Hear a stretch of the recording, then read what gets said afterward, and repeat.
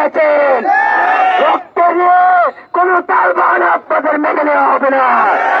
আমরা পরিষ্কার ভাবে বলতে চাই, আওয়ামী লীগকে পতনের মধ্য দিয়ে আমরা আপনাকে অন্তর্বর্তীকালীন সরকারের প্রধান উপদেষ্টা বানিয়েছি। কোন সুশীলতা দেখাতে নেই।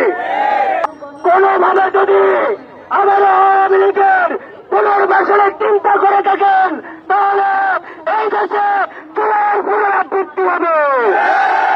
যদি আওয়ামী লীগকে কোনভাবে আবার রাজনীতিতে আসতে দেওয়া হয়, তাহলে আমাদের লাশের উপর দিয়ে আসতে দিতে হবে।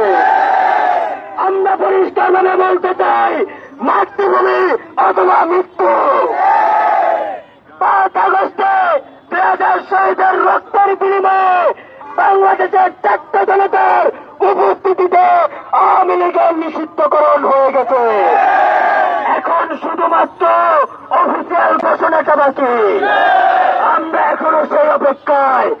কিন্তু যদি কোনোভাবে সেই ঘোষণাটা দেওয়ার বিলম্ব করা হয়, তাহলে আবারও চুলের পুনরাবৃত্তি ঘটবে বাংলাদেশে।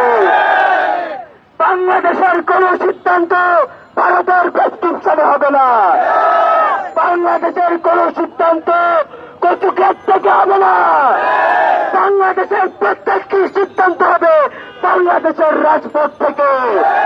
বাংলাদেশের প্রত্যেকটি সিদ্ধান্ত দেবে বাংলাদেশের বিপ্লবী ছাত্র জনতা। আমরা পরিষ্কার ভাবে বলতে চাই এবং প্রত্যেকটি রাজনৈতিক দলকে বলতে চাই, আপনারা আওয়ামী লীগের ব্যাপারে আপনাদের সিদ্ধান্ত পরিষ্কার ভাবে ঘোষণা করতে হবে এবং এই সিদ্ধান্ত বাংলাদেশের জনতাকে জানাতে হবে।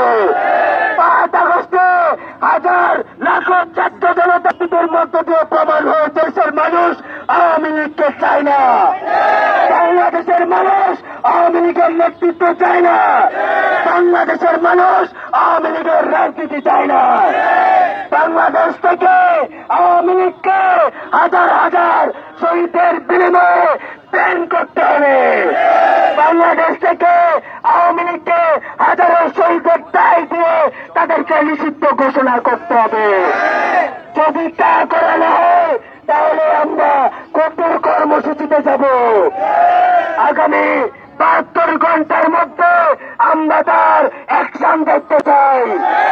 অন্তর্বর্তীকালীন সরকারকে বলতে চাই, হাজারো শহীদের রক্তের উপর আপনি দাঁড়িয়ে আছেন।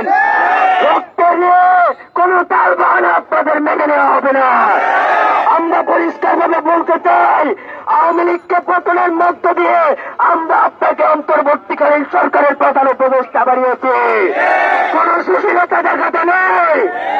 আপনারা যতটা দেরি করছেন আওয়ামী লীগের বিচার নিশ্চিত করতে, তার চেয়ে তাড়াতাড়ি করতেন আওয়ামী লীগের পুনর্বাসনের জন্য।